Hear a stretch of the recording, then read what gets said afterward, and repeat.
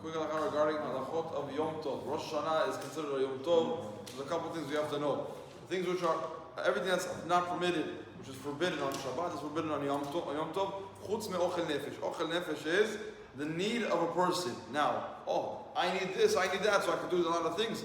No, the answer is a need that's equal to everyone. A need that's equal to everyone. If a person is spoiled and he needs extra plus, that's not called ochel nefesh. Ochel nefesh is for a person, it's what equal to all. That's why fire, lighting fire from existing flame. That's what everyone needs to cook. It's needs that people need. Now, regarding cooking on the Chag.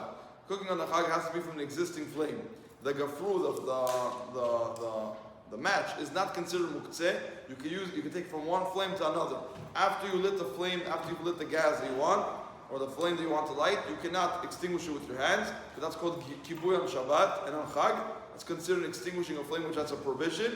You have to, after you light the flame, you put it down and you put it in the sink. Nothing's going to happen. It's going to die by itself. The fire is going to extinguish it by itself. Now, regarding a person, when you light the actual fire, you have nowadays a lot of the kiraim, a lot of the stove tops. When you turn it, you have the starter, the lighter. Yes. So the best thing before the Chag is to do is to take it out, unplug it.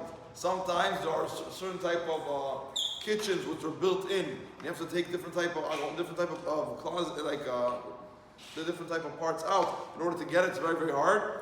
The best thing to do is to try to do that. But if someone forgets, he should take a match that he lights from a light that's existing, and he should put it right there. When he puts it right there, and he turns it fast, and it ignites, it lights, it's perfectly fine. Why? Because you're putting it right next to the gas. You're putting the match right by the lighter. So even when you do it fast, it shouldn't ignite the lighter if you do it fast. But even if it did, the fire came from the match and not from the lighter, therefore you're good. So that happens, someone forgets, that's the way out. Regarding if someone's making food, or his wife wants to know, listen, I can't extinguish a flame, but I can't always cook on a high flame. It can ruin the food.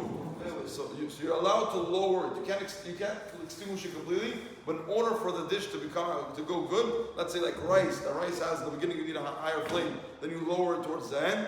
So that's permitted to lower it. But to extinguish it completely is not permitted. How can I extinguish it?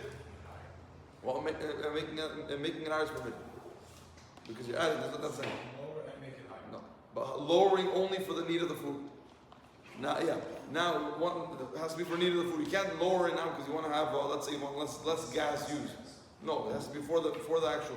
In order to extinguish it, there's a couple of ways out there. Number one is to put a small pot of water on top of it, and it basically heats up and pours onto the fire. Then you right away close the gas.